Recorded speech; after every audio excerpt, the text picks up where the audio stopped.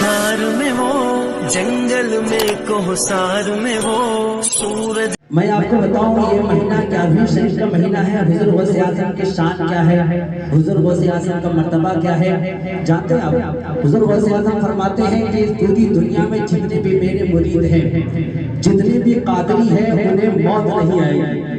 जानते हैं गौसे आज़म फरमाते हैं कि जितने भी मेरे मुरीद हैं उन्हें मौत नहीं आएगी।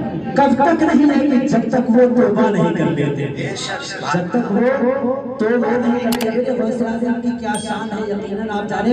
गौसे आज़म के अगर करामात बयान किए जाए, तज़किरात बयान किए जाए, ये टाइम, ये वक्त, ये रातें, ये सब खत्म हो जाएगी, मगर मेरे गौसे आज़म की करामात, उनकी शान कभी खत्म नहीं होगी।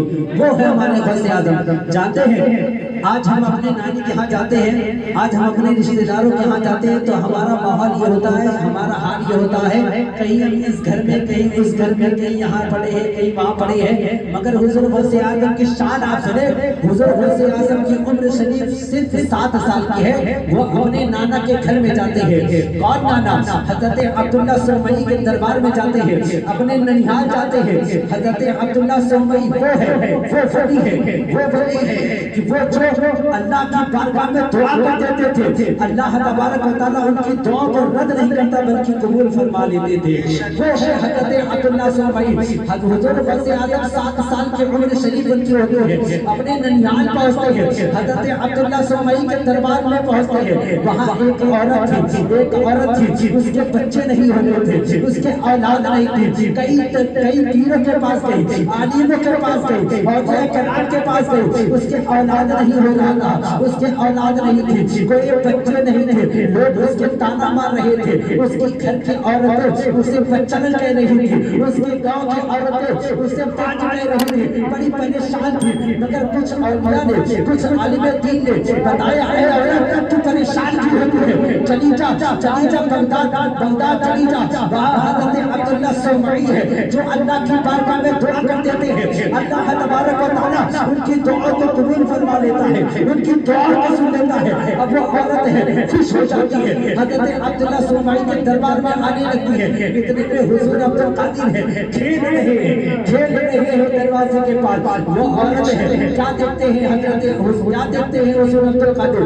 औरत आ रही है, हंसते हुए चले आ रही है, हंसते हुए चले आ रही है। अब्दुल कादिर देखते हैं, गौसे आज़म देखते हैं कि वो औरत आ रही है, हंसते हंसते चले आ रही है, मेरे नाना जान के पास आ रही है। अब वो औरत हज़रत अब्दुल्ला सुरमई के दरबार में चली जाती है। हज़रत अब्दुल्ला सुरमई है, उस औरत को देखते हैं, अर्ज करते हैं, ऐ औरत बता तू मेरे पास किस लिए आई है? वो औरत अर्ज करती है, ऐ अब्दुल्ला सुरमई, मैंने सुना है कि आप अल्लाह की बारगाह में दुआ कर देते हैं, अल्लाह तबारक व तआला आपकी दुआ को सुन लेता है। हज़रत अब्दुल्ला सुरमई इरशाद फरमाते हैं, ऐ औरत ये तो बात सही है कि मैं जो अल्लाह की बारगाह में गिड़गिड़ाकर मांगता हूँ, अल्लाह तबारक व तआला मेरी दुआ को सुन लेता है, मेरी दुआ को कबूल फरमा लेता है। अरे ये औरत बता तो सही अभी तू यहाँ किसने आई है? वो औरत अर्ज करती है, हे अब्दुल्ला सुरमई, मेरी शादी को कई साल हो चुके हैं, मगर मुझे कोई औलाद नहीं हो रहा है, मुझे कोई बेटा नहीं हो रहा है, मुझे कोई औलाद नहीं हो रहा है। मेरी घर की औरतें मुझे बच्चन कहती है,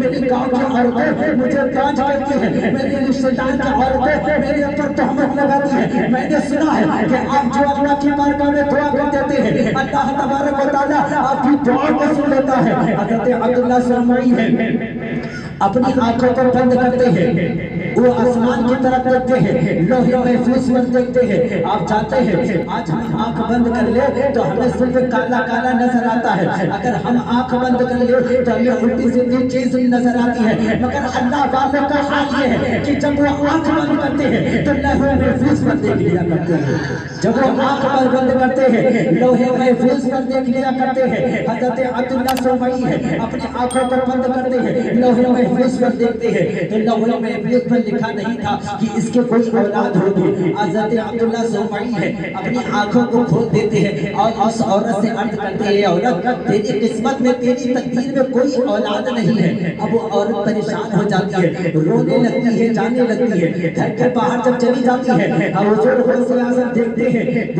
अर्ज करते हैं, ये औरत बता तो सही, आखिर तो रो क्यों नहीं है? अभी तू हंसते हुए आई थी और रोते हुए जा रही है। अरे औरत बता तो सही, क्यों रो रही है? वो औरत अर्ज करती है, ए बेटा तू अभी छोटा है, तू अभी मासूम है, तेरे समझ में कोई बात नहीं आएगी। हुजूर गौसे आज़म इरशाद फरमाते हैं, अरे औरत बता तो सही, जो बच्चा समझ रही है वो मैं बच्चा नहीं हूँ, मेरा मर्तबा कुछ अलग है, मैं कुछ और वाला बच्चा हूँ, मैं कुछ और मेरा मर्तबा है। वो औरत अर्ज करती है, ये बच्चा अगर तू जिद कर रहा है, अगर तू कह रहा है, मैं तुझे बताती हूँ। वो औरत है पूरा मामला हुजूर अब्दुल कादिर को बताती है, गौसे आज़म को बताती है और हुजूर गौसे आज़म इरशाद फरमाते हैं कि अच्छा ये बताओ मेरे नाना जान ने क्या कहा, मेरे नाना जान ने क्या कहा?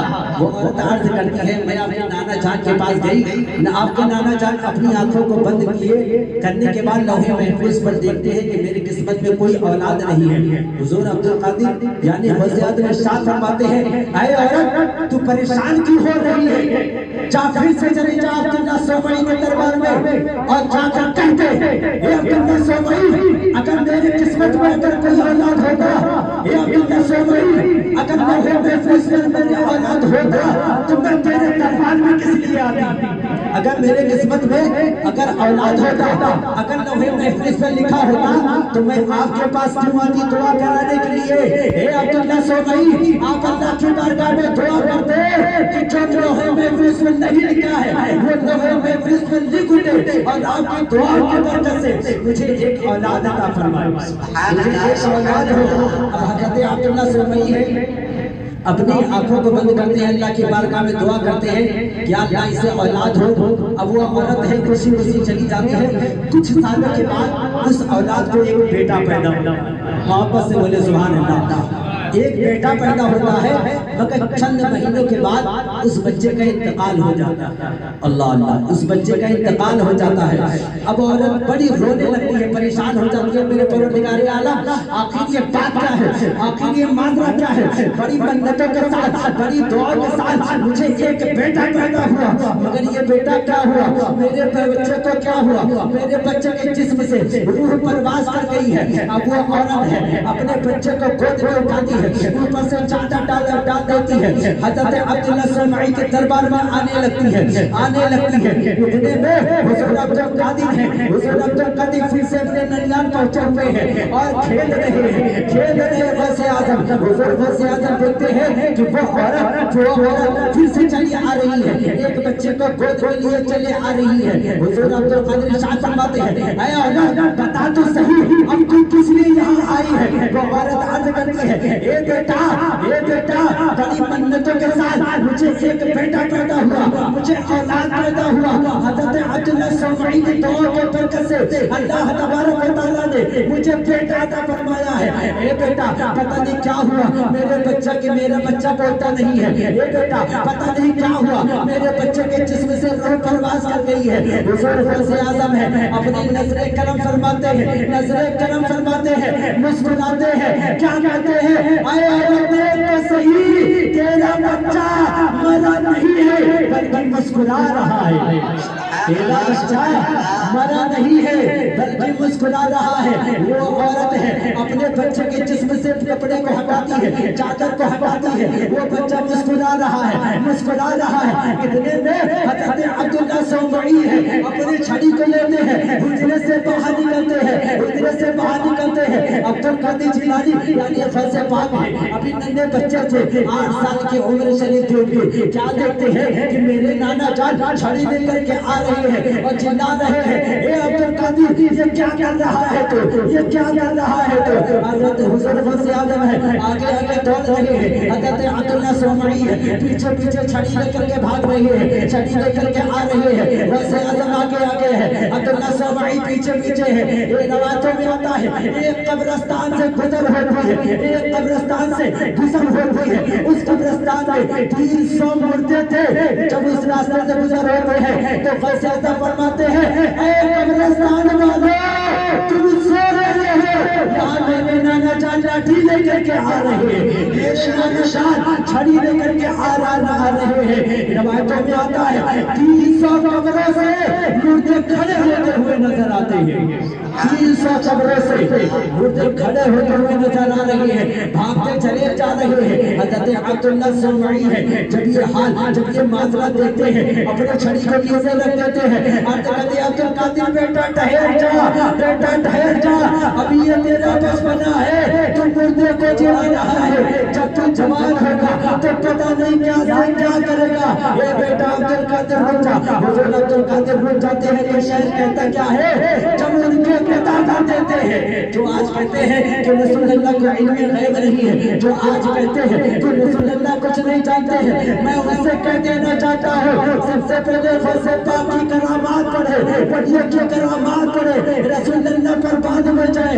شاعر کہتا ہے جب ان کے قطع دیتے ہیں شاہان زمانہ کی چوٹی مختار کا جب یہ عالم ہے, مختار کا عالم کیا ہے. نعرہ تکبیر, نعرہ رسالت, جسن غوث الورا, جسن غوث الورا, نعرہ تکبیر, نعرہ رسالت. جب ان کے قطع دیتے ہیں شاہان زمانہ کی چولی محتاج کے جب یہ عالم ہے, مختار کا عالم کیا ہوگا. حضرات محترم, میں دو شعر اور نعت پاک کا پڑھتا ہوں, پھر انشاءاللہ العزیز آپ کے سامنے حافظ غلام ربانی صاحب ہوں گے اور آپ ہوں گے. نعرہ تکبیر, کھڑے ہو کے استقبال کر لیں.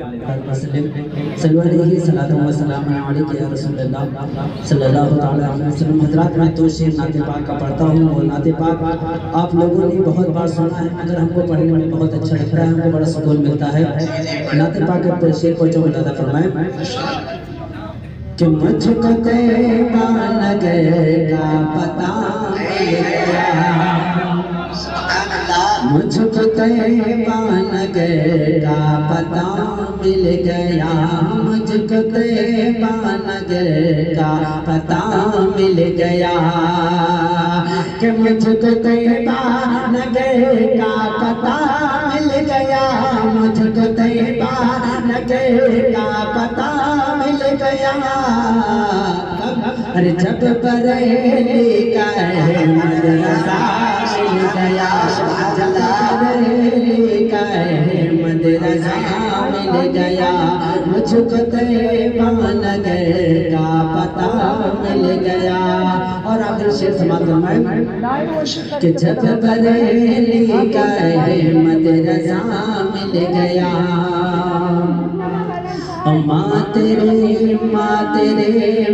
تیرے قدم کو روز میں چوم لوں. سبحان اللہ. جو اپنی ماں سے محبت کرتے ہیں محبت سے بولتے ہیں یا رسول اللہ, یا رسول اللہ, تو میں لہنا کے بولتے ہیں یا رسول اللہ, یا رسول اللہ. کہ ماں تیرے قدم کو روز میں چوم لوں, ماں تیرے قدم کو روز میں چوم لوں, کہ ماں تیرے قدم کو, ماں تیرے قدم کو روز میں چوم لوں, ماں تیرے قدم کو روز میں چوم لوں, کہ تیرا قرآن میں مرتبہ ہے, تیرا قرآن میں مرتبہ ہے.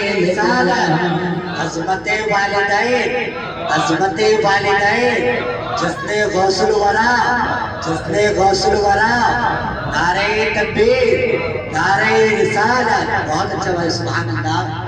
ماں تیرے قدم کو روز میں چوم لوں, کہ ماں تیرے قدم کو روز میں چوم لوں, ماں تیرے قدم کو, ماں تیرے قدم کو روز میں چوم لوں, کہ تیرا قرآن میں مرتبہ مل گیا, تیرا قرآن میں مرتبہ مل گیا. اب آئیے حضرات نعت نبی صلی اللہ علیہ وسلم گنگنانے کے لیے